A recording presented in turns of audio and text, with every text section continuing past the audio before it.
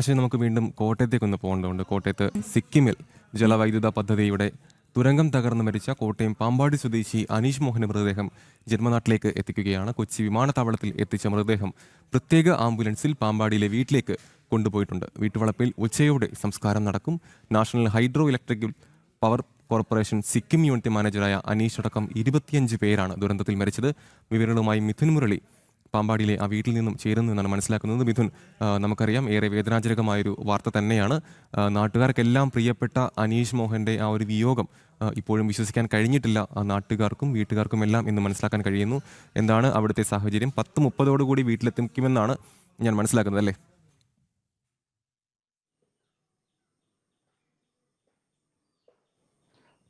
അമല്, അശ്വതി, ഇവിടെ നാട്ടുകാർക്കും ബന്ധുക്കൾക്കും എല്ലാം പ്രതീക്ഷയുണ്ടായിരുന്നത് അനീഷ് മോഹൻ തിരിച്ചു വരും എന്നുള്ള ഒരു വിശ്വാസമായിരുന്നു. പക്ഷേ നാട്ടുകാരെല്ലാം സങ്കടത്തിലാക്കിക്കൊണ്ടുള്ള ദുരന്ത വാർത്തയാണ് ഇവരെ തേടിയെത്തിയത്. അനീഷിൻ്റെ വീട്ടിലാണ് നിൽക്കുന്നത്. വീട്ടിലേക്ക് ഒരു 2.5 മണിക്കൂറിനുള്ളിൽ മൃതദേഹം എത്തിക്കുമെന്നാണ് പ്രതീക്ഷിക്കുന്നത്.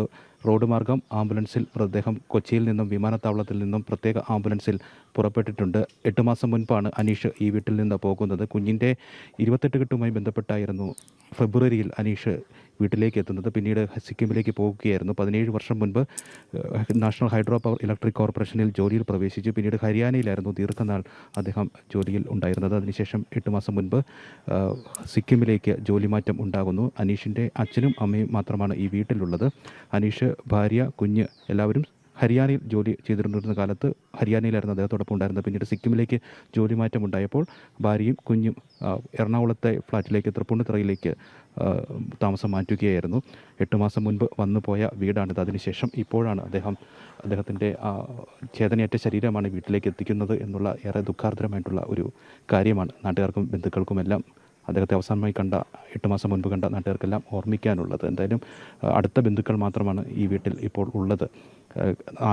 72 മണിക്കൂർ ഈ ദുരന്ത പ്രദേശത്ത് വാതക ചോർച്ച ഉണ്ടായ പ്രദേശത്ത് ഈ മൃതദേഹം ഉണ്ടായിരുന്നതിന് ശേഷമാണ് മൃതദേഹം കണ്ടെത്തിയത് എന്നതുള്ള കൊണ്ടൊക്കെ തന്നെ തിരിച്ചറിയാൻ കഴിയാത്ത വിധത്തിലായിരുന്നു ഈ മൃതദേഹം. അതിനെക്കൊണ്ട് തന്നെ അധിക സമയം ഇവിടെ എത്തിച്ചാലും പൊതുദർശനം ഉണ്ടാവുകയില്ല. ഉച്ചയ്ക്ക് 2 മണിയോടുകൂടി സംസ്കാര ശുശ്രൂഷകൾ ഈ വീട്ടിൽ തന്നെ ആരംഭിക്കും. അടുത്ത ബന്ധുക്കൾക്ക് അന്തിമോപചാരം അർപ്പിക്കാനുള്ള സമയം ഈ കുറഞ്ഞ സമയം കൊണ്ട് ഏകദേശം 10 മുതൽ 2 മണി വരെയുള്ള ഈ സമയത്തായിരിക്കും ഇവിടെ ക്രമീകരിച്ചിരിക്കുന്നത്. കഴിഞ്ഞ തിങ്കളാഴ്ചയായിരുന്നു അനീഷ് ഉൾപ്പെടെയുള്ള ഈ നാഷണൽ ഹൈഡ്രോ പവർ ഇലക്ട്രിക് കോർപ്പറേഷനിലെ ജീവനക്കാരെയും മറ്റും ഈ അപകടത്തിൽ കാണാതാകുന്നത്. 5 പേരെ തുരങ്കത്തിനുള്ളിൽ കാണാതാകുന്നതും പിന്നീട് നീണ്ട തിരച്ചിലിനൊടുവിലാണ് അദ്ദേഹത്തിൻ്റെ മൃതദേഹം കണ്ടെത്തുന്നത്.